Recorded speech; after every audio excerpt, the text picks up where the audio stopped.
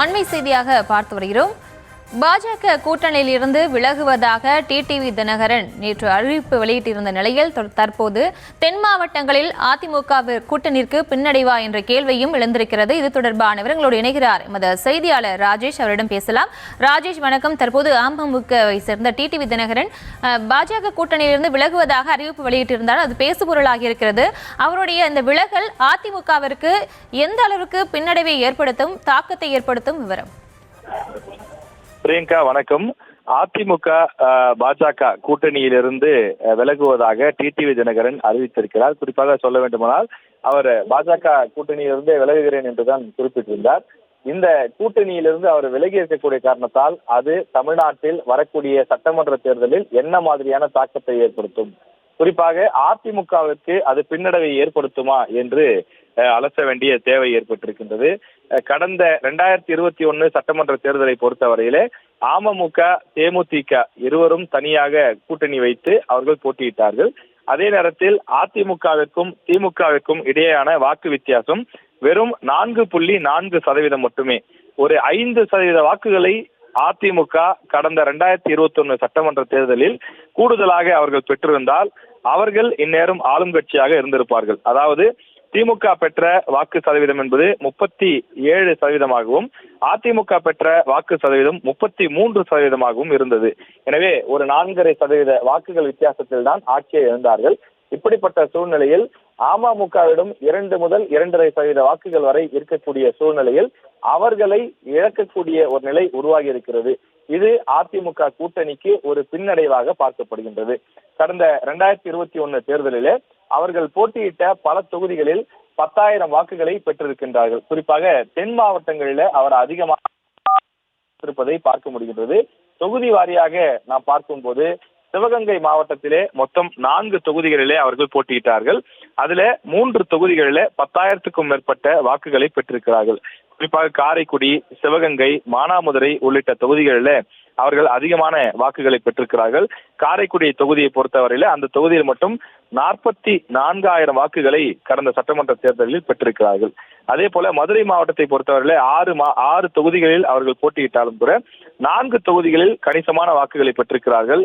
உசிலம்பட்டி தொகுதியில் 55,000 வாக்குகளை பெற்றிருக்கிறார்கள். அதிமுகவினுடைய வெற்றிக்கும் அமமுகவினுடைய வெற்றிக்கும் ஒரு சிறிய இடைவெளி இருக்கக்கூடிய நிலைதான் இருந்தது. அதே போல மேலூரிலே 34,000 வாக்குகளை பெற்றிருந்தார்கள். திருப்பரங்குன்றம், திருமங்கலம் ஆகிய தொகுதிகளில் 10,000, 13,000 வாக்குகளை பெற்றிருந்தார்கள். தேனி மாவட்டத்திலே 4 தொகுதியிலே போட்டியிட்ட அம்மா மக்கள் முன்னேற்ற கழகம் ஆண்டிப்பட்டி தொகுதியில 11,000 வாக்குகளும், பெரியகுளம் தொகுதியில 16,000 வாக்குகளும், கம்பம் தொகுதியில 14,000 வாக்குகளையும் பெற்றிருந்தார்கள். இதே போல விருதுநகர் மாவட்டம், ராமநாதபுரம் மாவட்டம், இந்த மாவட்டங்களும் கூட பல தொகுதிகளில் அவர்கள் 10,000, 20,000, 30,000 வாக்குகளை கடந்து பெற்றிருக்கிறார்கள். குறிப்பாக ராமநாதபுரம் மாவட்டம் திருவாடனை தொகுதியிலே 33,000 வாக்குகளை பெற்றிருந்தார்கள். தூத்துக்குடி மாவட்டத்தை பொறுத்தவரையில அங்க இருக்கக்கூடிய கோவில்பட்டி தொகுதியிலே டிடிவி தினகரனை போட்டியிட்டு இருந்தார். அவர் அதிகபட்சமாக 56,000 வாக்குகளை பெற்றிருந்தார். அதே போல ஸ்ரீவைகுண்டம் தொகுதியிலே 10,000க்கும் மேற்பட்ட வாக்குகளும், ஒட்டப்பிடாரம் தொகுதியிலே 29,000 வாக்குகளையும் பெற்றிருந்தார்கள். எனவே தென் மாவட்டங்களிலே ஒரு கோலோச்சக்கூடிய வெற்றியை தீர்மானிக்கக்கூடிய சக்தியாகத்தான் டிடிவி தினகரன் இருந்திருக்கிறார். இதுல மிக மிக நுட்பமாக நாம் கவனிக்க வேண்டிய விஷயம் என்பது தென் மாவட்டங்களில் அதிமுகவிற்கும் திமுகவிற்குமான இடையே இருக்கக்கூடிய வெற்றி சதவீதம் பல தொகுதிகளில் 5,000 முதல் 10,000 வரை, சில தொகுதிகளில் 15,000 முதல் 20,000 வரை இருந்திருக்கிறது. டிடிவி தினகரன் பெற்றிருக்கக்கூடிய வாக்குகளை அதிமுக வாக்குகளுடன் நாம் சேர்க்கும் போது அதிமுக 21 தொகுதிகளில் வெற்றி பெற்றிருக்கும் என்பதை பார்க்க முடிகின்றது.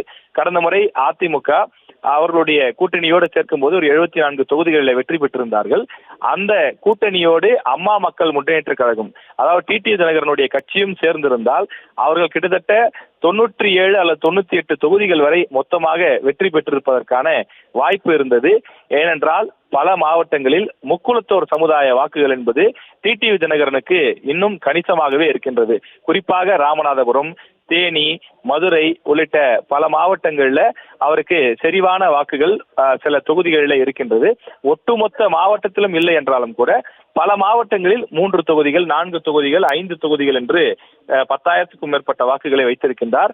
இன்றைக்கு நாம் எடுத்து பார்க்கும்போது ஒட்டுமொத்தமாக தமிழ்நாட்டில் கடந்த 2021 சட்டமன்ற தேர்தலில் வெறும் 5,000 வாக்குகளில் வெற்றி வாய்ப்பை இழந்த தொகுதிகள் என்று எடுத்துக்கொண்டால் அதுவே 20க்கும் மேற்பட்ட தொகுதிகள் இருக்கும். எனவே இதுபோன்று வெறும் 5,000 வாக்குகள் கூட வெற்றியை தீர்மானிக்கக்கூடிய தொகுதிகளாக இருக்கிறது. சென்னையை எடுத்துக்கொண்டால் வெறும் 200 வாக்குகள் 200-300 வாக்குகள் வித்தியாசத்தில் தான் டி நகர் சத்யா ஏடிஎம்கேவை சேர்ந்தவர் வெற்றி வாய்ப்பை இழந்தார்.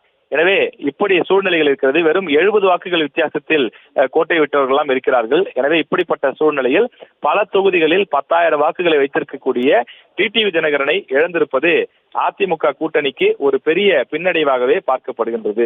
திருநெல்வேலி மாவட்டத்தை பொறுத்தவரையிலே கடந்த 2021 சட்டமன்ற தேர்தலில் 3 தொகுதிகளில் போட்டியிட்ட டிடிவி தினகரனுடைய ஆதரவாளர்கள் அதுல நாங்குநேரி தொகுதியில் மட்டும் 31,000 வாக்குகளை பெற்றிருக்கிறார்கள்.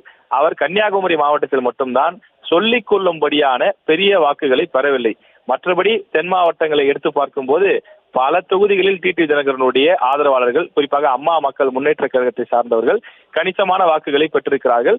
இது 2019 தேர்தல், அதே போல சமீபத்தில் நடைபெற்று முடிந்த நாடாளுமன்ற தேர்தல் அவர் போட்டியிட்ட தேனி தொகுதியிலே நல்ல வாக்குகளை பெற்றிருந்தார். 2ஆம் இடத்திற்கு வந்திருந்தார். இப்போது கூட அவர் தேர்தல் சுற்றுப்பயணங்கள் செல்லக்கூடிய இடங்களில அம்மா மக்கள் முன்னேற்ற கழகத்தினுடைய கொடியோடு பல தொகுதிகளிலே அவருடைய ஆதரவாளர்கள் திரண்டு வருவதை பார்க்க முடியும். எனவே அப்படிப்பட்ட செல்வாக்கு மிக்க ஒரு நபராக சில தொகுதிகளிலே வெற்றி வாய்ப்பை தீர்மானிக்கக்கூடிய நபராக இருக்கக்கூடிய டிடிவி தினகரன் இந்த கூட்டணியிலிருந்து வெளியேறி இருப்பது இந்த கூட்டணிக்கு ஒரு சிக்கலை, ஒரு பின்னடைவை உருவாக்கி இருக்கிறது. எனவே டிடிவி தினகரன் தேர்தலுக்கு இன்னும் ஒரு 7-8 மாதங்கள் இருக்கக்கூடிய நிலையில் அதற்குள் மீண்டும் சமரசம் செய்து இந்த கூட்டணிக்குள் கொண்டு வர வேண்டும் என்பது அதிமுகவின் பெரும்பான்மை தொண்டர்களுடைய எண்ண ஓட்டமாக இருக்கிறது.